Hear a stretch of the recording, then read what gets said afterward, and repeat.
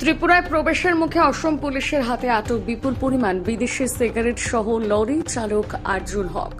নেশার ফেনসিডিল ও গাঁজা পাচারে পুলিশ পাচারকারীদের বাধা হয়ে দাঁড়ানোর ফলে এখন পাচারকারীরা বিদেশি অবৈধ সিগারেট ছোট্ট পার্বত্য ত্রিপুরা রাজ্যের প্রবেশে মরিয়া হয়ে উঠেছে কিছু ট্রান্সপোর্ট কর্তৃপক্ষ।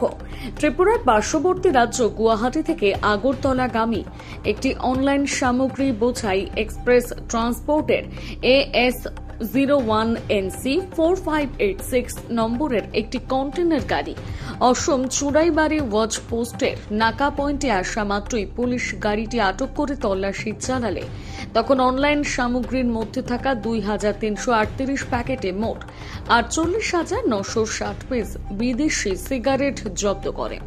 এগুলোর মধ্যে মালবোরো গোল্ড সিগারেট যা সুইজারল্যান্ড এবং ইন্দোনেশিয়া থেকে তৈরি করা হয়েছে।